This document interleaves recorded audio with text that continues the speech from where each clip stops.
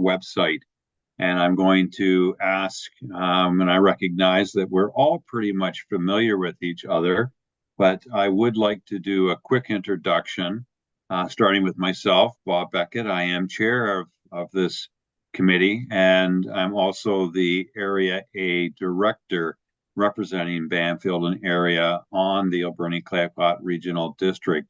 And I'll go to, I'll just call it out because I can see all of your charming and handsome faces. So I'll start off with John Jack, please. Tju, Clico, Oklama Sayachat, my name is John Jack. I'm the director for Hawaii and the chair of the regional district. I'm also the chief counselor for Hawaii, so it's good to see everyone. Thanks very much, John. And we'll go to Lisa Bai, who we just chatted not too long ago today. Good evening, Oklama Lisa Bai. I became a year-round resident of Bamfield in June of 2013. I'm a community volunteer and sit on several communities, this being one of them. And I'm very grateful to be able to call Bamfield home. Thanks, Lisa. Perfect. John Mask, getting ready to go to Italy. Welcome, John.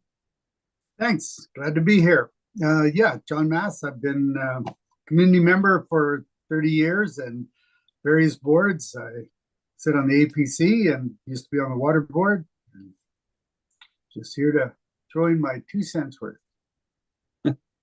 I think it's probably a nickel by now, John. Well, it might be. I don't know. We'll see. Jenny promised she'd tell me when I should leave. Thanks, John. And the most recent new father to the bride, Bob Schmidt. I guess that would be me. My name is Bob Schmidt. I'm a member of this committee and a full-time resident of Bamfield. Thanks, Bob, for joining us. Paulo, please. Evening, everybody. Good to see you all. Paulo Eichelberger, ACRD, Solid Waste Manager. Cheers. And Jody. Good evening, everyone. I am Jody Frank. I'm also with ACRD, and I am the Solid Waste Project Coordinator. And in a little bit, I'm going to share with you some updates on the Solid Waste Management Plan. Looking forward to it. Thanks, Jody. Michael. Hi, everyone. Michael McGregor, Lands and Resources Coordinator at the ACRD. Thanks, Michael. And I think it's not last but not least, it's Eddie. And then I haven't got you yet, have I, Heather? Perfect. So we'll go with Eddie, and then we'll go last but not least. Good evening, all. Eddie Kunderman, Operations Manager here with the ACRD. Thanks, Eddie. And over to you, Heather. Good evening, everyone. Heather Zenner, Manager of Administrative Services. Thank you. Well, thank you all for joining this evening. I would like to go to item number 2, approval of the agenda. Eddie, are you going to advise us on the changes, the proposed changes? Yes, the chair, I definitely can. We were just proposing to move Michael's presentation up front, followed by myself with the update to the West Bamfield Submarine Replacement Project, and then follow that up, batting third would be Jody in the Solid Waste Management Plan update. Okay. Are there any other additions or changes to the agenda this evening? With that, could I have a motion to approve the amended agenda? Moved by John Mass and seconded by Lisa Bai. Any questions, comments? All in favor? And motion is passed. Item number 3, declarations. Does anyone have a conflict of interest on any of the items on tonight's agenda? I don't see any. Let's go to item number 4, the Bamfield Area Services Committee meeting held on August the 13th, 2024. Could I get someone to, unless there is any errors or omissions, could I get someone to move that the minutes of the Bamfield Area Services Committee meeting held on August 13th, 2024 be adopted. Moved by Lisa, seconded by John Mass. Questions, comments? All in favor? Motion passed. Thank you very much. We do not have any petitions, delegations, or presentations for item 5. Item 6, I do not believe there's any correspondence for action or information. We have nothing under item number 7, requests for decisions. So we will go into reports, and staff have worked diligently in preparation for this evening. And we will start off with making sure I got this right. What was 8B, and that is Bamfield Parks Commission meeting. And I'm turning it over to Michael. Is that correct, Eddie? Did I get that? Excellent. So I'll turn it over to you, sir. Thank you, Director Beckett. Michael McGregor, Lands and Resources Coordinator with the ACRD. Part of my role is to oversee parks and trails within the ACRD, and that means working closely with Bamfield Parks and the Bamfield Parks Commission. We've recently done a bit of a restructure of the commission with adding a couple new members and changing some of the ways that we're interacting with the board and this commission itself too. So, our goal here is to have better communication, make sure the Bamfield Services Committee knows what the Parks Commission is doing, and then having good communication between the two committees. So we do have the 2 minutes from the last 2 meetings from the Parks Commission on the agenda. And at the end of my spiel, feel free to pull anything out of those minutes that you'd like to discuss further, or if you have any questions on. But I'll give you just a quick update on what happened at those 2 meetings and some of the motions that were passed, and see if there's any further discussion that's needed after that. So we do have 2 new members of the Bamfield Parks Commission. Our first one in June was more of an orientation about roles and responsibilities of commission members, how we hope that the Parks Commission is going to operate, and a few of the high level items to discuss. Nothing for motions out of that those minutes that needs to be dived in further on my side. And then we recently had another meeting October 1st. There was a delegation from Lewis Druell on the Elaine Scott Pavilion project. A lot of discussion. There's still no clear direction on where it's going, so no concrete information about decisions on that. Just that it is proceeding. We're having those conversations within the commission and within the community. We should have some more information on that shortly. The next one that was discussed was the Cougars Pass Crown Land parcel, which I don't know if this commission or this committee is fully versed in that, but the quick Coles notes to that is that, the ACRD is aware that there's an application into the province for use of those 2 Crown Land parcels in Cougars Pass, which is the west side boardwalk area, or a section of that. And the ACRD hasn't received any referrals as of yet. I just checked with our planning manager today. So we don't have any further information other than that the province has received an application. Once the province processes that application, we will likely see a referral from the province for more information. The Parks Commission discussed it a bit, and they want to retain some of the recreational properties within those 2 parcels of Crown Land. So they did pass a motion saying that the ACRD explore adding Cougars Pass Crown Land park parcels into the Bamfield Park Service. Without further information from the province of the referrals, we don't know the full conversation, and I don't have a recommendation for this committee for a motion to pass because we don't have enough information from the province yet. But this is just the beginnings of the community conversation about what the best use for those Crown Land parcels might be, and we will have more information coming up. I'll just move along to next. And the last one that I wanted to talk about was that there's a motion that the URL bamfieldparks.ca, which has always been operated and owned by the Bamfield Parks Commission, that's going to move underneath the ACRD IT umbrella and manage it out of our office. So there's no motion needed from you, just that does impact service levels and whatnot out of there. So that's all I really have. That's quick highlights. If there's anything out of those minutes that you'd like to ask questions about or comment on, now's the time. Thanks, Michael, for that. Go ahead, Lisa. Hi, Michael. I really appreciate Centennial Park, the Eileen Scott Centennial Park. I actually worked for ACRD as the park manager for 4 years, a number of years ago. And looking at the minutes, I was just curious. You said that the potential pavilion project that Louis is asking to bring forward, it looks like there was actually a motion made according to those minutes that the Parks Commission proposed the pavilion funds be donated to the Community Hall Society under the condition that it celebrates Eileen Scott and Bamfield volunteers, subject to the donors agreement. Yeah, that's correct. So there's a long discussion about that project, and you know, it's about 6 years old now. So you know, the life that it's been and where it's at now, and some of the challenges that it has going forward. So trying to resolve some of those problems. You know, we weren't able to come up with solutions. So the two main ones were, you know, there's no main project manager for it. And we don't believe that there's enough funds available to complete the project at the moment. So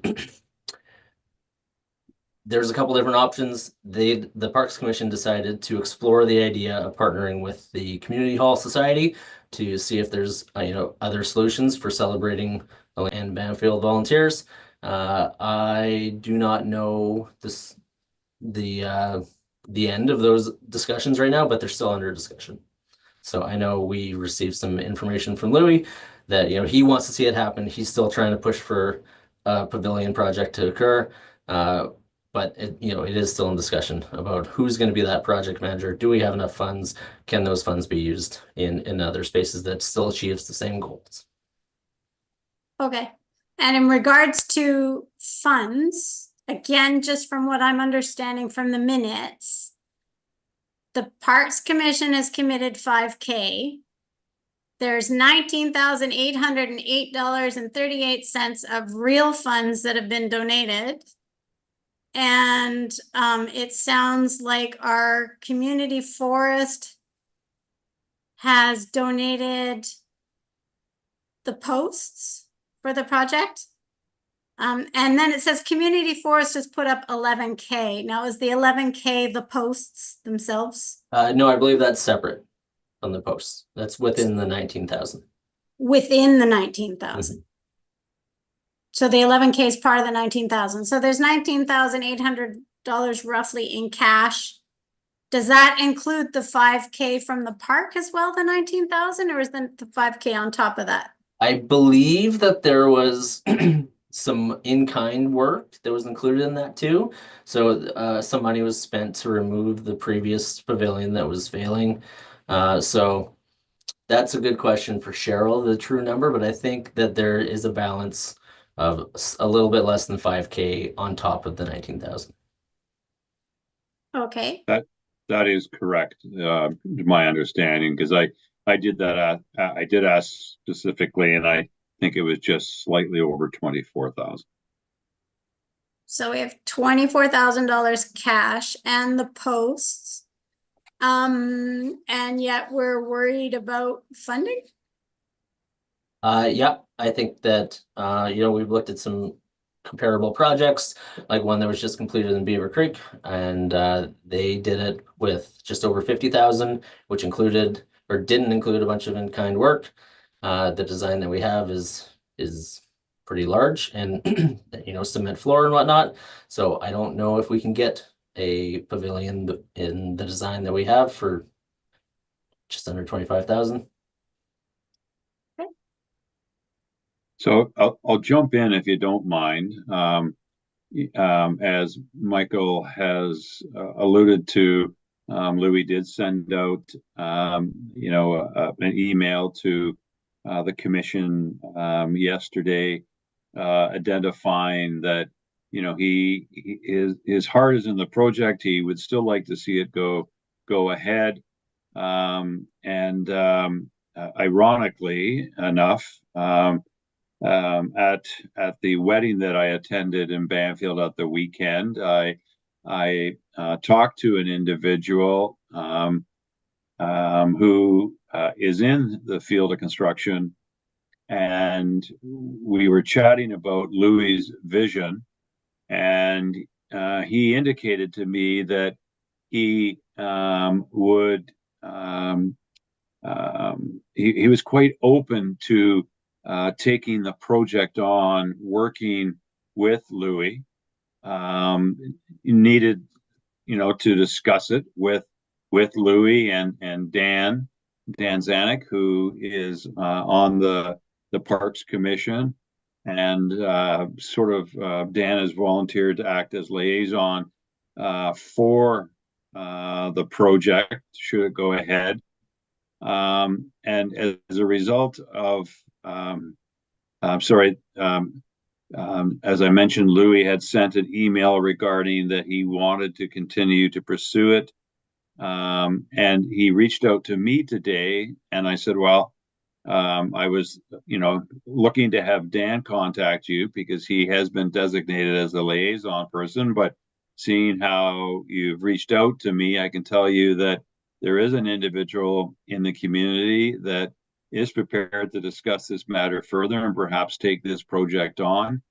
I subsequently called Cheryl to, talk about this opportunity, and Louis is going to be directly speaking with this individual who would help identify those two key components that Michael has talked about. Having someone to act as a project manager who can take a formally prepared design and cost it out so that we would know exactly what the budget would be, and that would be up to Louis then to secure the appropriate funding for the project. So I don't know if anybody has any questions about that, but again, that all happened this afternoon as far as my conversation with Louis. Fantastic. Any other questions for Michael on any other matters? Go ahead, Bob.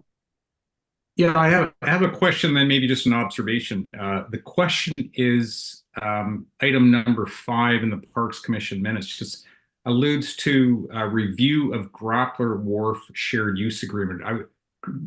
Shared use agreement. I was just curious what that was about, or what the basis of that agreement was, just out of curiosity.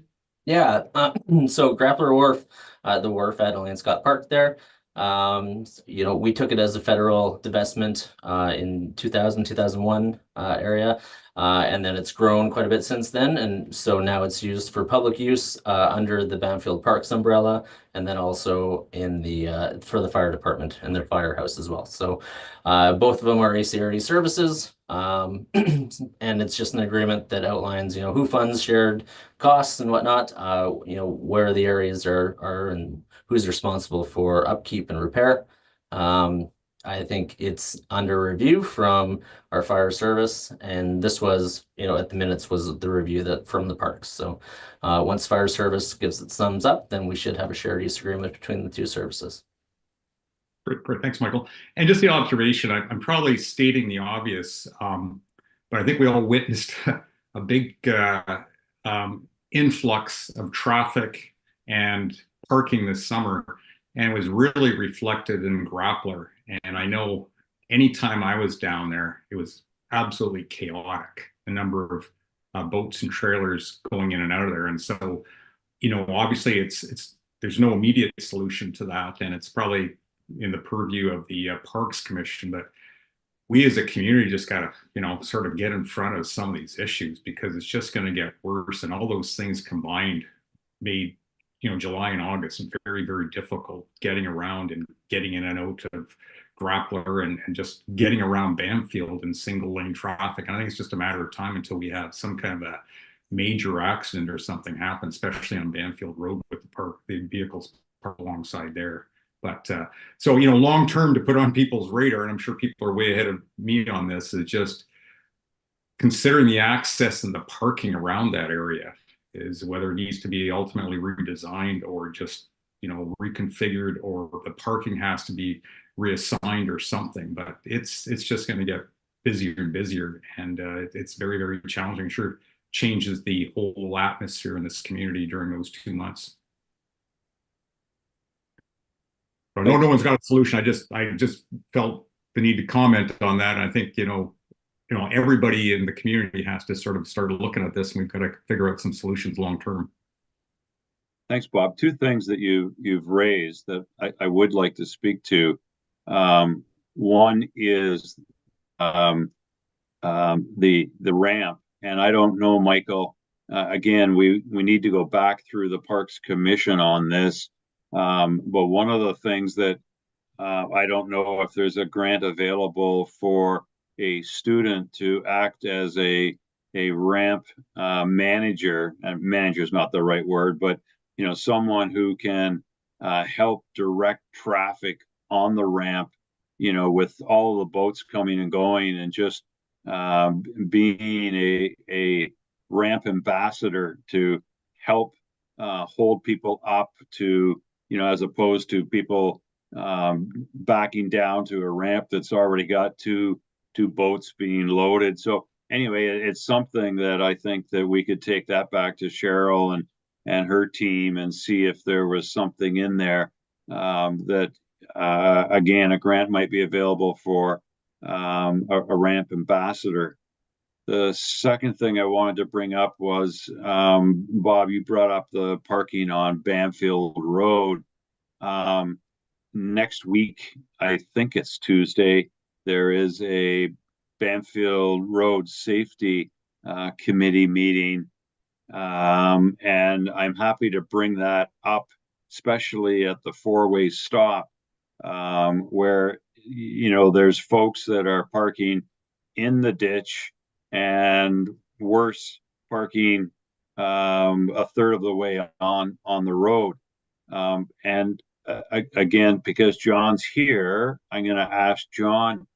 You know, I got a call from Bruce, who lives down by the corner, retired dentist, who called me about the fact that at one time there were large boulders along the shoulder of the road to prevent people from parking, albeit, you know, perhaps not with the approval of Modi, but he wondered where they had disappeared to, because now there was quite a few more additional cars being parked along that stretch. And again, I don't want to go into the weeds with parking, because that is another matter that we have to sort out. But do you know what happened to those rocks, or who removed them, or can you give us an update on that? Yeah, happy to. There was a formal complaint filed with Ministry of Transport, and because of that complaint, Ministry of Transport took action and had them removed. They were placed there not by Ministry of Transport; they were placed there by a private individual, and I guess when you file a complaint, they have to follow up on it. So the individual that placed them there has had a lot of infractions with MOTI, and I think they couldn't come to a solution, so they simply came and took all of the rocks away. Where they are today, I'm not quite sure. I know they were held in the yard of Main Road for a while. I think for 10 days they could be claimed, but I presume they've gone off to a quarry somewhere. I don't know where they are.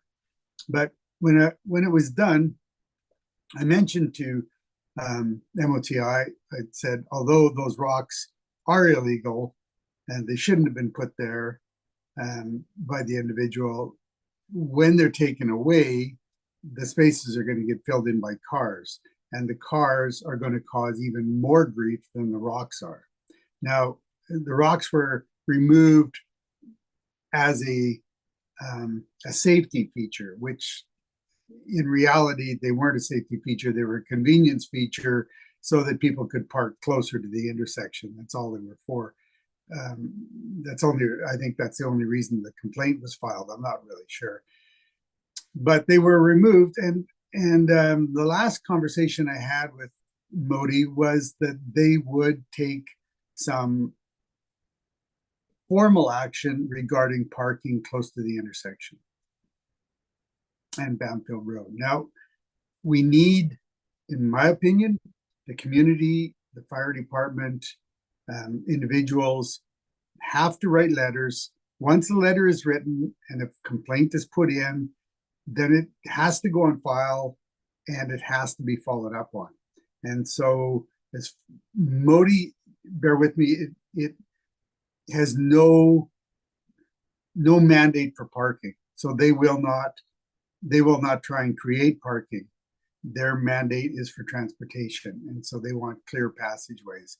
And I know that in the summer, a big boat and a truck coming down that hill and somebody at the bottom of the hill and people encroached onto the asphalt there, it's very dangerous and someone will get in a big problem. So does that answer your question? Maybe too much? I don't know. Not at all. Two wrongs don't make a right. That's for sure. Putting the rocks there isn't right. Taking them away doesn't help the situation at all. But I heard you loud and clear. We need to provide a letter to Modi to get them involved to help address the safety or lack of safety associated with people parking not on the shoulder, but actually on the road itself.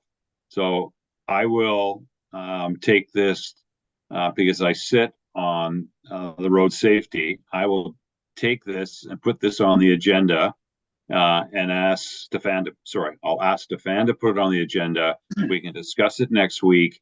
And then my thoughts would be the committee would take it to Community Affairs and ask Community Affairs to have the director, i.e. me, take it to the board to make it an actionable item with respect to Modi. So that's my thoughts. Thanks for sharing that. Thanks for taking the time. And sorry, Michael, that we got away from parks and got into road safety and parking. Go ahead, John. Again, just a couple, one or two more things. That obviously we've got 7 paid parking lots in town now for paid parking. Most people don't want to use them because they have to pay and they're too far away from the boat ramp or the dock. That's understandable. One of them even provides a shuttle back and forth to the dock included with your parking. I know that Centennial Park, or I think Scott Centennial Park, has worked directly with Modi on some of the parking, trying to relieve some of the problems down around Grappler. I can't speak to exactly what was going on, but I know Cheryl did meet with Jessica, learn on site, and talked about some of the things, some of the solutions they could come up with. But we as a community definitely have to put our shoulder against it. ACRD does not have the jurisdiction for parking, and MOT does not have interest in doing parking. So it's up to us. And we are not allowed, as we found out when we started developing parking, we are not allowed to collect funds to pay for the advancement of parking because we're not a municipality. So that's it. Thanks, John. And we'll go back to the parks minutes. Any other questions or comments for myself or Michael? Perfect. Hearing none. Thank you, Michael, for that. That was great. And now we're going to turn it over to Eddie with respect to the West Bamfield submarine line. And Eddie, before you begin, I did go on record with the CBC that it would be done next spring. Don't disappoint me, okay? I wish it were in our hands, Bob. And I wish it were that easy. But thank you. No pressure at all. So yeah, we just wanted to provide the committee here a quick update on the progress we've made so far and the status of the project. Great Pacific Engineering, our consultant, provided an update in August. And the plan is that we'll provide another more substantial update at the next Bamfield Services Committee meeting. Since our last time, and it's only been 2 months now since our last meeting, we've been working towards the permitting, working through the design, moving that along. And we're at a point now where we're going to be putting out an RFP out to tender next week, either Friday or Monday. It depends when we get some documents back from our consultant. And what that RFP will be doing is we'll be looking to select a contractor to work with the engineer to bring the design through to completion, and then also to work on the construction portion of the project. So the thought process behind this RFP is really looking to have this as a value-added process, ensuring that the design, when it gets to completion, is something that is realistic, that all challenges are identified by the contractors who will be doing the work, which we hope will expedite the process and then limit the cost overruns that we've seen in other projects when we get to the construction portion. So that's the goal here. As I said, we'll be putting it out. We've had great conversations with our engineer through this week about fine-tuning the RFP process, because it is a new process for the ACRD and our procurement team. So we're just getting through that. We've also been working, we talked about design, about the size of the actual pipeline that will be crossing the channel. We currently have a 6-inch pipeline, and that will be upgraded to probably a 12-inch pipeline, it's looking like at this time. This is to ensure that as we move forward and we look at the pipe in 20, 30 years, we don't look back and nobody swears at Eddie for putting in a undersized pipeline and not having the adequate fire flow on the west side. The plan eventually will be to have this upgraded to an ample enough size pipeline that when we hope to do future upgrades within West Bamfield to the size of the pipes there, that will then be able to provide that fire flow.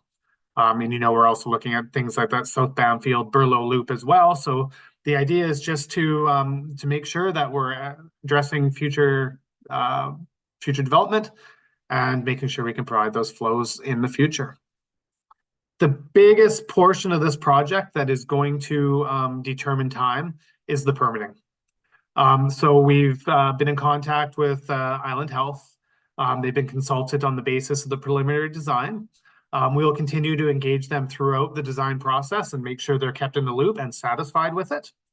MOTI, who has recently been discussed, we have a draft permit issued from them. So we're just in the process of marking that up and providing feedback, and then we'll get that back to them and wait on the actual official permit from them. So those two permits are, we're in kind of somewhat good terms with those permits. Then we have a Transport Canada permit that we're looking to obtain. We're currently in a 30-day mandatory public notice or advertising periods. There have been notices placed within the community. They were placed September 16th, so September 17th starts that 30-day window. At which point, after the 30-day window, Transport Canada identifies any questions, issues that were raised for us to address. And when we talk about permitting, the big one will be with the Department of Fisheries and Oceans. We have been having discussions with DFO. They're reviewing the file. We met with them last week, and I think this is when we look at the permitting process and how long it can take with DFO. They typically don't reach out and have meetings and have open communications. They just let their permitting process be what it is. So the good news is that we have had open dialogue with them. They've made us aware, of some environmentally sensitive habitats. We talk about the eelgrass being the large one, and looking at mitigation, habitat movement, and whatnot that we might have to do moving forward. But we're just in the process of, again, getting more information to them. They have requested the ROV footage that was done as part of the survey. They've requested just a little bit of more information. So we will kind of see what happens with that. There's usually two routes that can go. Either they ask for a letter of advice, or a letter of authorization. The letter of authorization typically has more hurdles and hoops to jump through. And they do kind of come with two separate timelines, potential timelines. I think we're at a good stage as far as where we're at already. Permitting for that one's typically about 4 months, 4 to 5 months. So we're okay now. When we talk, Bob, and the promises you've made to CBC Radio, everything's looking okay right now for that portion of the project. So hopefully we get good news. We will continue these conversations over the next little bit. We have ongoing dialogue, and that's, I think, when you talk about working with the federal government, one of the most important things is having that dialogue. They are very aware of the fact that we just completed our 10th repair on the pipeline, that it is a situation that we do not want to journey into summer of 2025 with. So they're well aware of that. They're doing what they can, and they're attempting as well on their end to expedite the process. So that's a brief update as to where we're at right now. I know it's not a huge update, but that's kind of, it's only been 2 months, and permitting is what it is and takes time. So happy to answer any questions anybody may have. Thanks, Eddie, for that. I'll turn it over to participants this evening.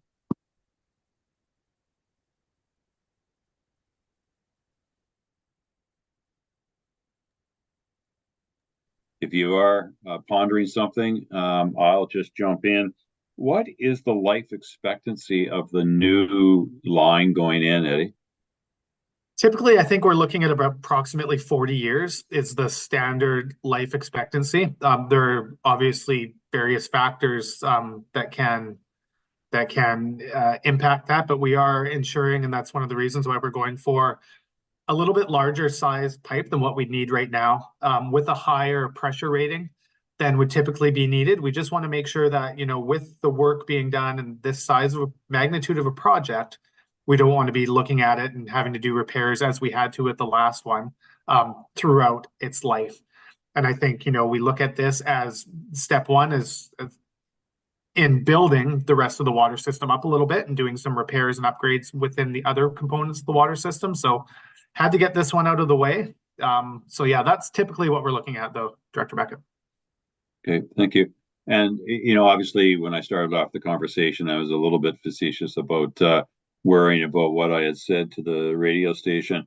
And you have already alluded to the fact that, we don't want to be delaying this and having, repairs next year, nor do we want to, have them not start the project until our tourist season starts, because, again, the risk from fire, whether it's structural wildland interface or just disruption to the commercial and residential folks over there. So I sure hope that we're successful in getting those various permits in place so that we can start with that.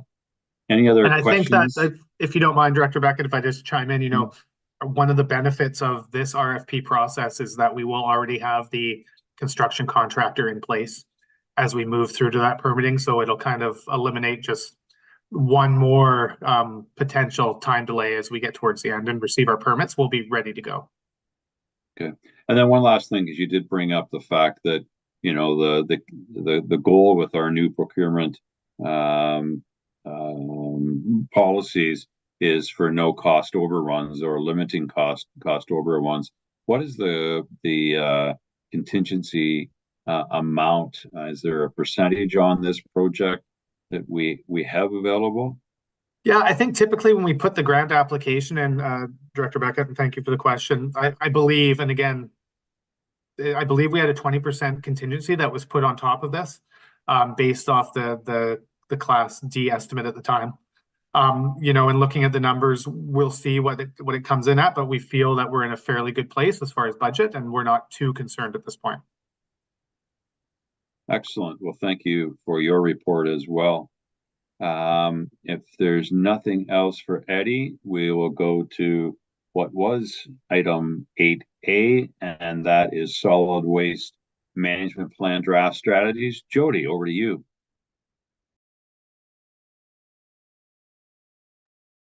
Thank you. Give me one moment here.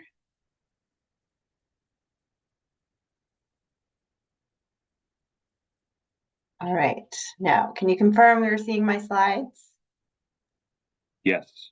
or notes? Yes, we can see them. You do have your notes up alongside of it, Jody. Perfect. That's perfect. There we go. All right. Well, thank you, and hello again. So just to repeat, my name is Jody Frank, and I am the Solid Waste Project Coordinator and the project lead for the Alberni-Clayoquot Regional District Solid Waste Management Plan. Before I get started, I just want to take a moment to acknowledge that the subject matter of the presentation today represents the communities of the Alberni-Clayoquot Regional District, which are located on the traditional territories of the Nuu-chah-nulth peoples. We respectfully acknowledge these traditional territories, and we are thankful for the opportunity to live, work, and learn here. With mutual respect, Isak, and appreciation, Clayoquot. So my intention of this presentation is to provide you some insight on what a solid waste management plan is and walk you through the process. I'll provide you with background information that will help set the stage and highlight what has been completed to date. I'll take you through the draft strategies, including the actions and proposed goals and targets, and provide some information related to next steps. So with that being said, the Alberni-Clayoquot Regional District is working to update our solid waste management plan. This will be our roadmap and long-term plan that will outline how waste is reduced and materials are properly managed throughout the region. This will include municipalities, electoral areas, and First Nation communities. So why do we need a solid waste management plan? Well, the easy and short answer is all regional districts in British Columbia are required to have solid waste management plans in place. This is mandated by the Ministry of Environment and Climate Change Strategy and is regulated through the Environmental Management Act.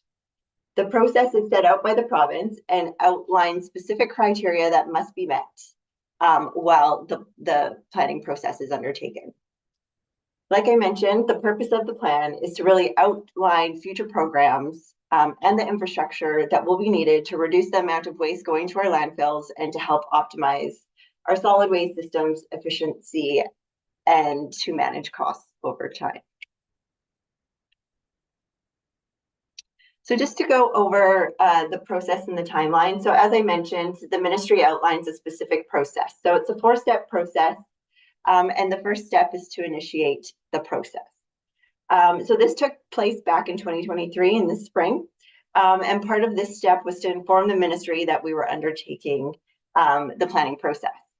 From there, the ACRD staff recruited members for our Solid Waste Management Plan Advisory Committee.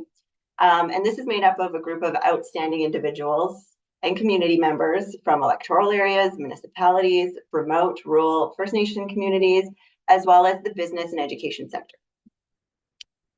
This also included phase 1, which was public engagement. So this occurred in October through to December of 2023, and it really allowed us to generate some feedback on what priorities existed within the different communities throughout the ACRD. This took place with a region-wide survey, so we were able to collect and gather that feedback. And from there, we moved on to step 2, which was setting the plan direction.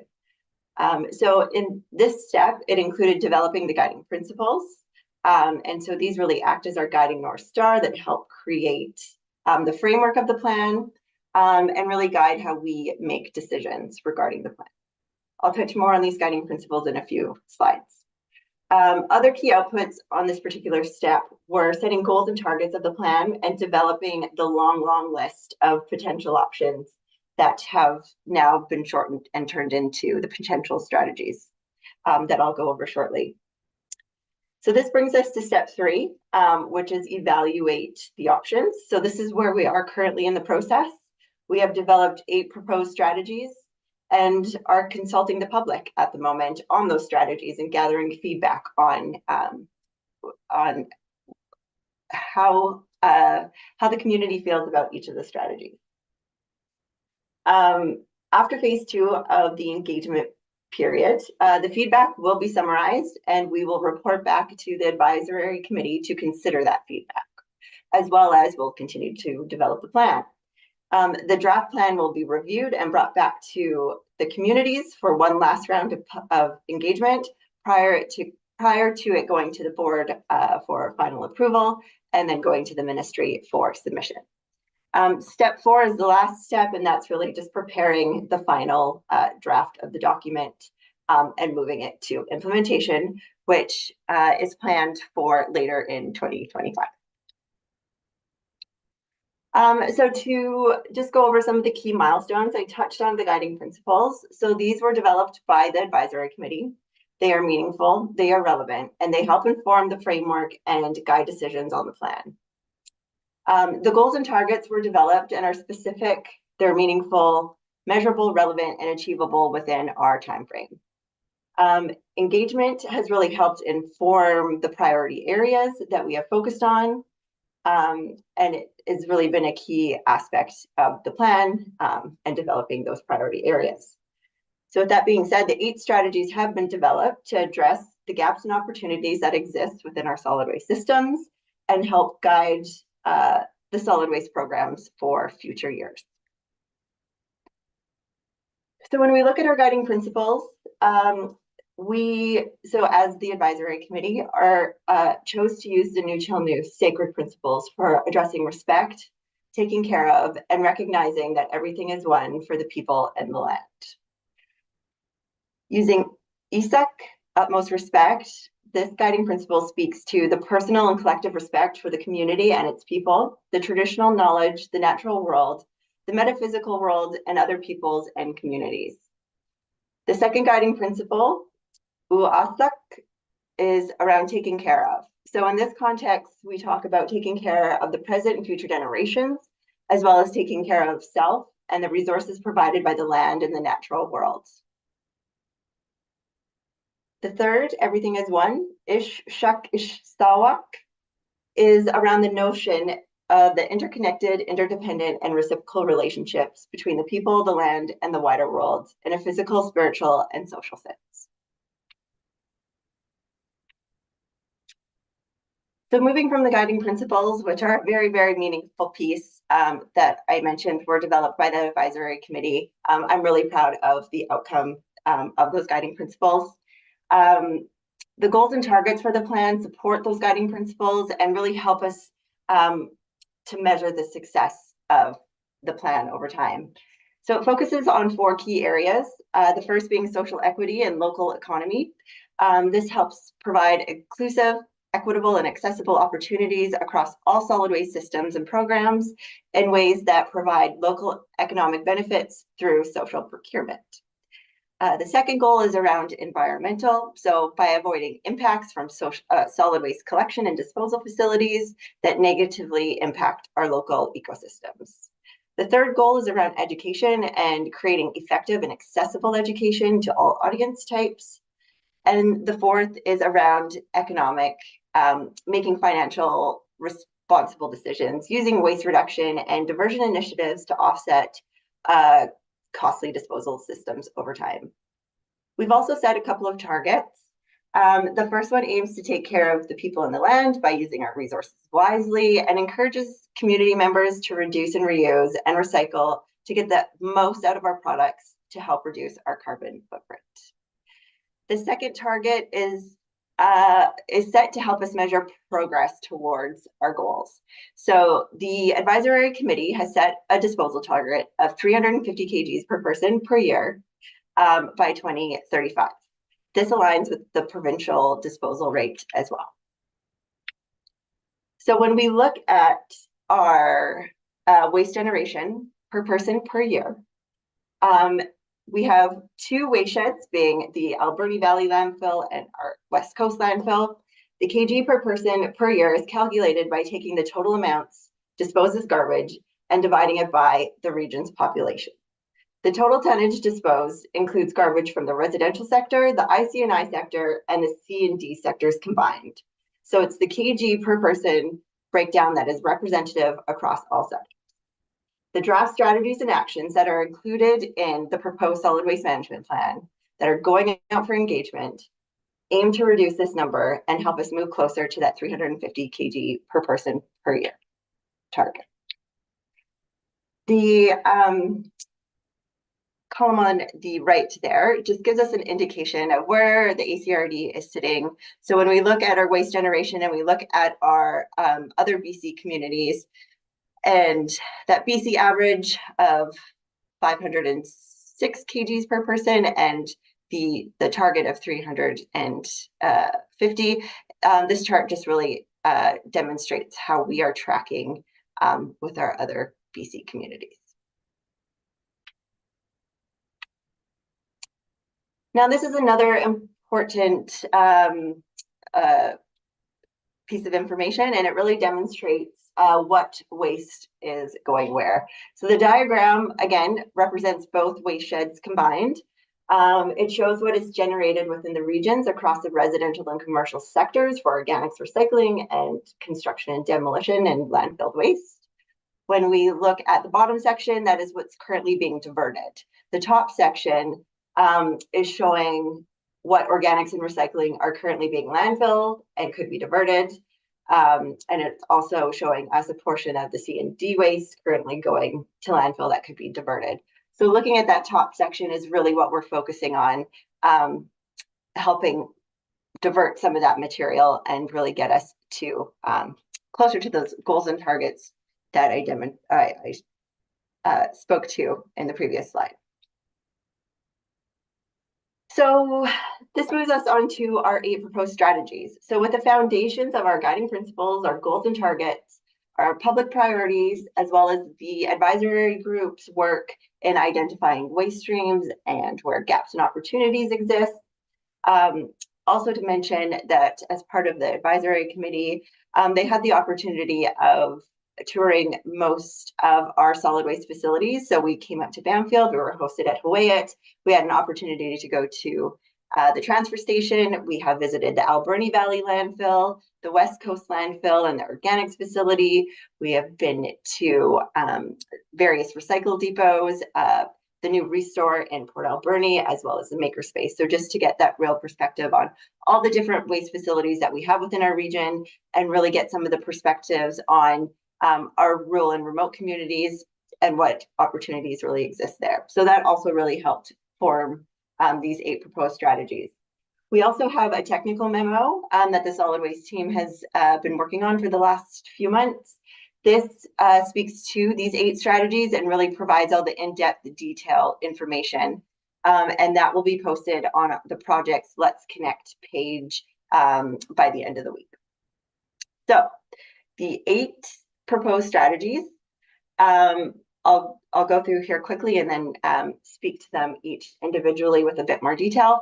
But the first one is around education and behavior change programming. The second is around access to reuse and recovery centers and eco depots.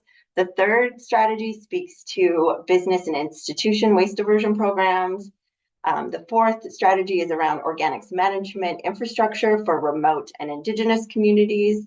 Number 5 is around multi-stream diversion programs. 6 is construction and demolition diversion.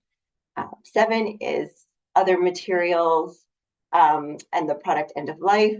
And 8 is residual management, which is really around the management of our landfills. So speaking to these in just a little bit more detail, number 1 is around education and behavior change programming. This is really one of our foundational strategies and fits within strategies 2 through to 8. Without having a strong education and behavior change program, we really cannot influence and change behaviors to promote awareness and the desire to participate in diversion initiatives. So the first action here is around developing that education strategy, and the second is about implementing the strategy. The second is the reuse and recovery centers and eco depots. So there is a need to improve the number and range of products that can be diverted from our waste streams by having better access to reuse and recycling. So within the strategy, we want to look at areas like the West Coast where there's high tourism numbers as well as seasonal employees, and very limited options for reuse. So looking at areas we can establish infrastructure and services to promote reuse and more recycling. Looking at the Alberni Valley infrastructure, there is some existing infrastructure there around reuse and recycling. So just looking at how that can be expanded. When we look at Bamfield and Salmon Beach, our more remote communities, looking at how we can build upon our transfer stations to help provide more access around reuse and more recycling and diversion opportunities. It also looks at supporting our Indigenous communities with the use of eco depots, working through our partners with ISWATAG, and looking at different ways we can partner with them to help with funding opportunities, as well as all of the supports that ISWATAG offers. The third strategy speaks to developing business and organization zero waste programs. So in that chart, the funny little diagram there, it really showed that more than 60% of waste going to our landfills is coming from commercial and institutional sectors. So this strategy looks at different ways to be able to divert those materials. So by developing zero waste programming, including policy and education and mentorship, we are looking at those tools to help with this particular strategy. Moving on to number 4, which is around organics management infrastructure, specifically to remote and Indigenous communities.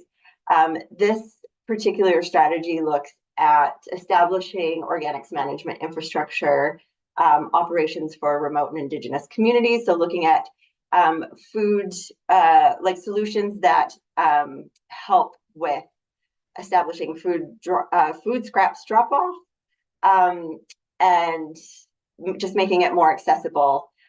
More than 30% of what's going into our garbage can be diverted and composted. So looking at different opportunities for processing the material, as well as when that material is processed and turned to something wonderful like compost, where it can be used in things like demonstration gardens or community gardens to help grow more food locally, just to help with that, the food security issues that happen with remote communities. So that is number 4. Number 5 speaks to multi-stream diversion programs. So this is around improving the baseline of multi-stream programs when it comes to recycling and organics. At the moment, there's about 20% of our single-family households that don't have direct access to a diversion program. So this looks at single-family households without service. It also looks at multifamily. There's a gap within access for things like apartment buildings, townhouses, and trailer park situations. So being able to provide situations there.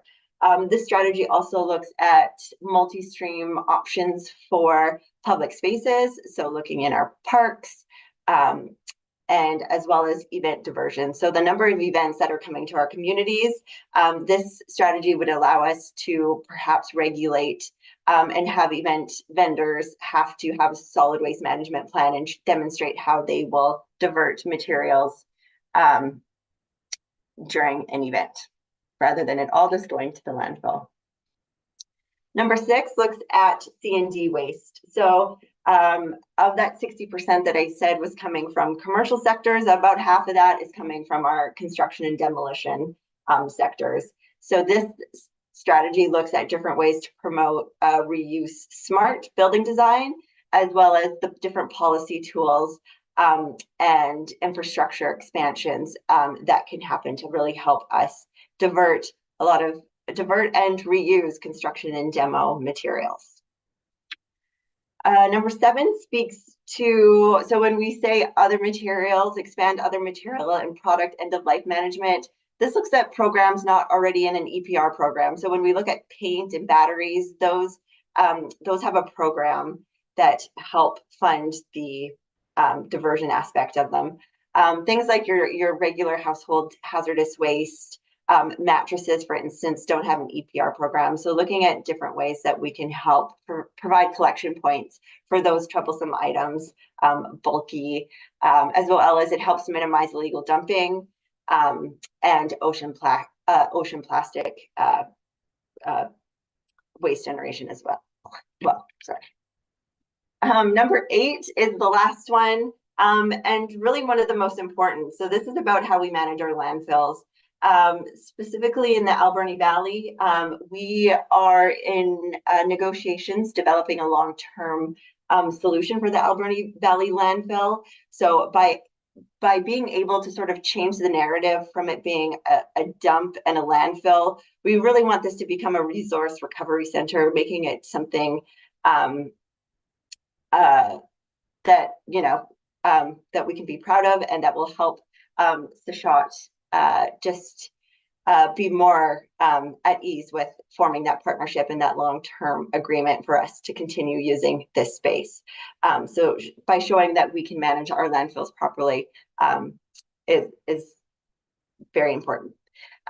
This also speaks to our capital projects. So just maintaining our landfills, looking at the West Coast and the different projects that we have planned for there. So being able to expand the organics processing facility as organics collection grows through commercial, the facility will need to grow too. So this strategy just speaks to that management of both the West Coast and the AV landfill. Other than that, these are the in-person open house sessions that we will be hosting. Our engagement window is open now until November 20th. There is a survey. So if you go to Let's Connect acrd.ca/SWMP, there is a survey. It allows you to share your support on each of the strategies, as well as comment how it fits or does not fit within your community.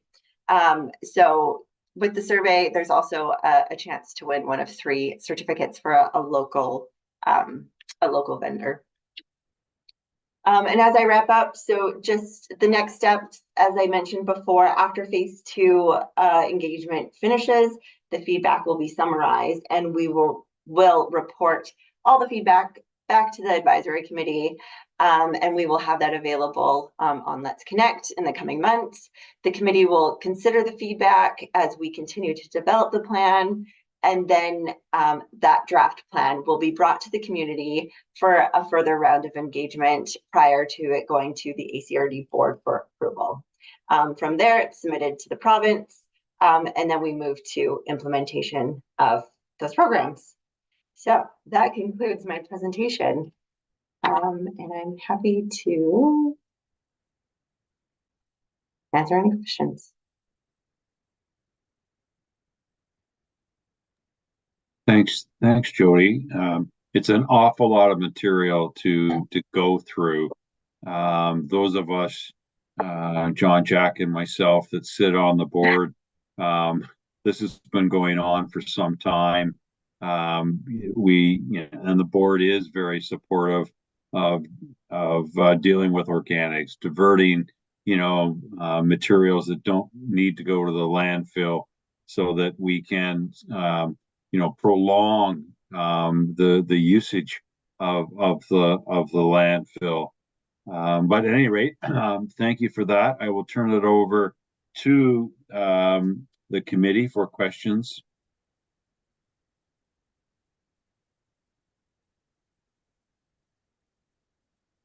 Go ahead, Paula.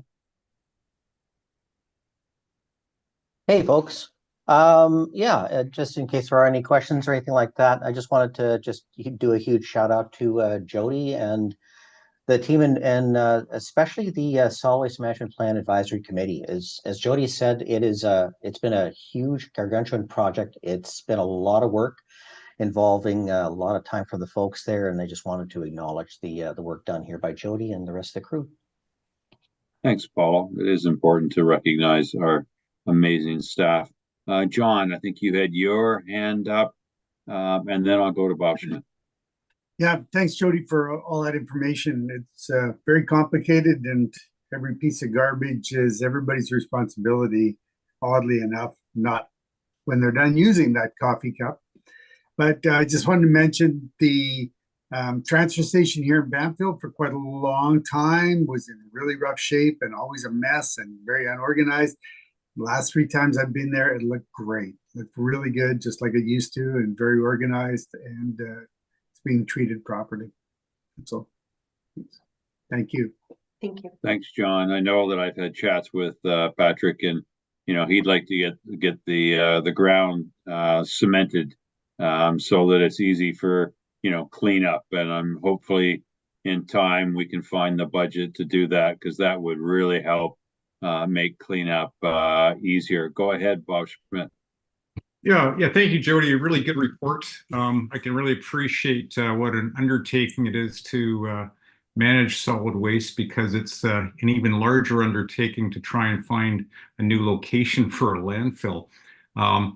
Just out of curiosity, and this may have been in the report or somewhere else that I missed it, but I'm just curious, any idea roughly what the remaining life of the current landfill is? I'm going to let Paulo take that one, because that is in our recent annual report that he's more familiar with.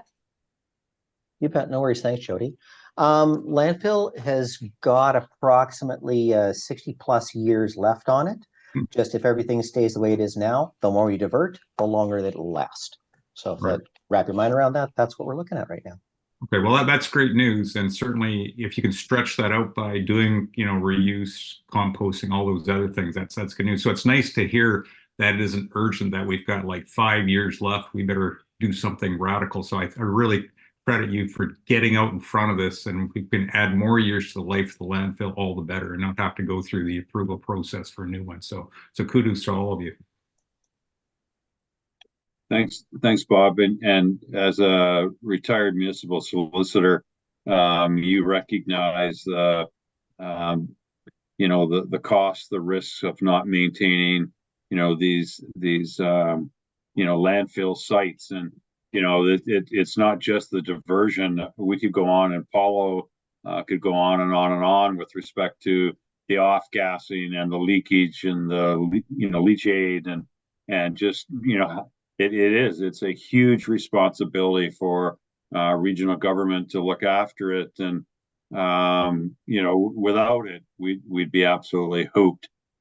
Lisa, you're unmuted. Did you have something that you wanted to say or add? I wasn't sure if I saw your hand go up. Thanks, Bob. It's covered. Perfect. Any other questions, comments?